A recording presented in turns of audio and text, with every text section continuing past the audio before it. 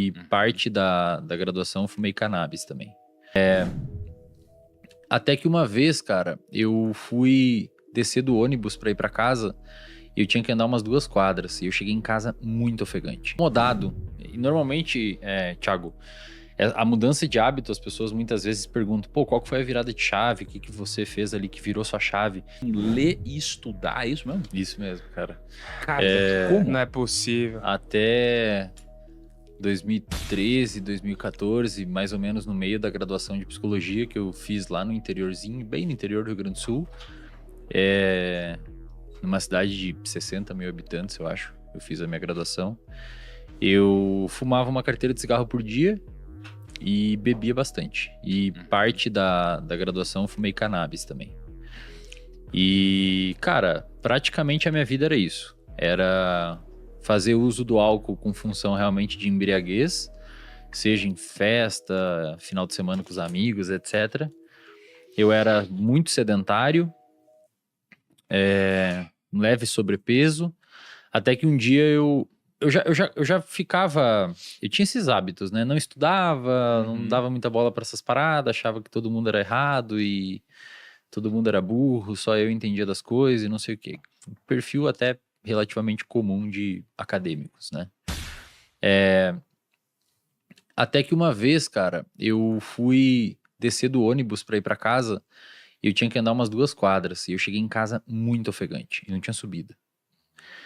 Aí eu pensei, caramba, cara, eu não conseguia andar 2 quadras sem ficar ofegante. E isso acabou me gerando um alerta.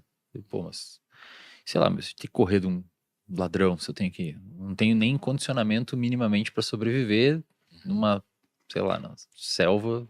Se fosse no antepassado, eu seria excluído pela seleção natural das espécies. E ali eu comecei a ficar um pouco incomodado. E normalmente, Thiago, a mudança de hábito, as pessoas muitas vezes perguntam, pô, qual que foi a virada de chave? O que que você fez ali que virou sua chave? Eu sempre falo que mudança de hábito, ela é uma coisa gradual. Você começa a mudar um hábito quando você começa a se incomodar com aquele comportamento, mesmo você continuando executando aquele comportamento outras vezes, até que em algum momento você tem, de fato, uma configuração contextual que faça você alterar o seu comportamento. Mas não é uma virada de chave. Muita gente acha que é uma virada de chave, por isso começa a academia e uma dieta na segunda-feira e quinta-feira já não consegue mais manter. Porque não é uma virada de chave e não dá para tratar como uma virada de chave. A virada de chave ela é muito lenta e começou aí. Lá atrás, quando eu começava a ficar incomodado com isso, mas continuava. Continuava bebendo, continuava fumando, continuava não sei o quê. Não estudava nada, não pensava em futuro e nada disso. Aí eu comecei a acompanhar muitas pessoas que praticavam corrida. E eu comecei a me arriscar na corrida. Então, comecei a correr bem gradualmente, dava uma corridinha, caminhava, corridinha barra caminhar. Tipo, corria assim, 1 quadra, caminhava 2, corria 1, caminhava 2. Sempre no mesmo percurso. Até que chegou um momento eu comecei a correr o percurso inteiro, porque eu fui ganhando uma resistência cardiovascular, cardiorrespiratória. E quando eu comecei a ganhar essa resistência cardiorrespiratória, ou seja, eu comecei a formar ali o hábito da corrida, eu continuava fumando cigarro aos finais de semana e dia de semana, mas já havia diminuído um pouco. Até que em algum momento eu queria começar a pensar em construir uma estrutura de corrida para competir a nível amador mesmo, para tentar finalizar uma provinha de rua qualquer. E o cigarro estava me atrapalhando. Então, eu sempre falo para a galera que quando você quer formar um hábito bom, quando você quer destruir um hábito ruim, é interessante você criar um bom que tenha uma competição com esse outro. Então, por exemplo, o cigarro começou a atrapalhar a minha evolução na corrida. Então, eu comecei a ficar puto de fumar.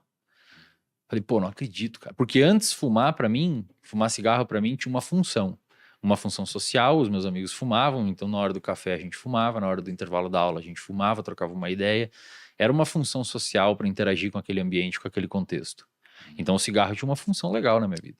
E eu sempre falo, a gente pode falar depois se vocês quiserem sobre isso, mas tem uma máxima na psicologia comportamental que é todo comportamento tem uma função. Você não se comporta sem função. Você tem uma função para tudo, tem uma função. E o cigarro tinha essa função. E depois de um tempo que eu comecei a correr, o cigarro começou a ter uma função pejorativa dentro do meu repertório comportamental, que era atrapalhar minha corrida.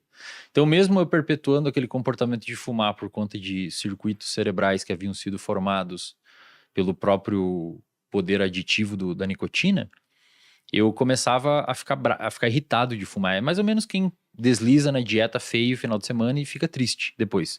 Você desliza na dieta por conta do seu comportamento ser condicionado para aquilo muitas vezes, ou pela disponibilidade do alimento, ou pela sua história de interação com o alimento, etc. Mas você fica triste muitas vezes depois.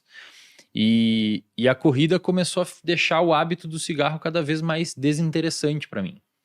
Até que um momento eu comecei a fumar só final de semana, até que outro momento eu comecei a fumar só quando eu via 1 ou 2 amigos, até que um momento eu percebi, cara, eu sempre tô fumando quando eu saio com aquela galera. É sempre quando eu saio com aquela galera que dá vontade de fumar. Então eu parei de sair com aquela galera. E hoje a gente sabe que o vício, de uma maneira geral, é extraordinariamente contextual. Muito. Tanto é que a internação, que seria o passo mais extremo de um tratamento com um adicto, é nada mais, nada menos do que remover o sujeito do contexto e evitar contato com ambientes onde ele usava droga. Então, hoje a gente tem isso muito claro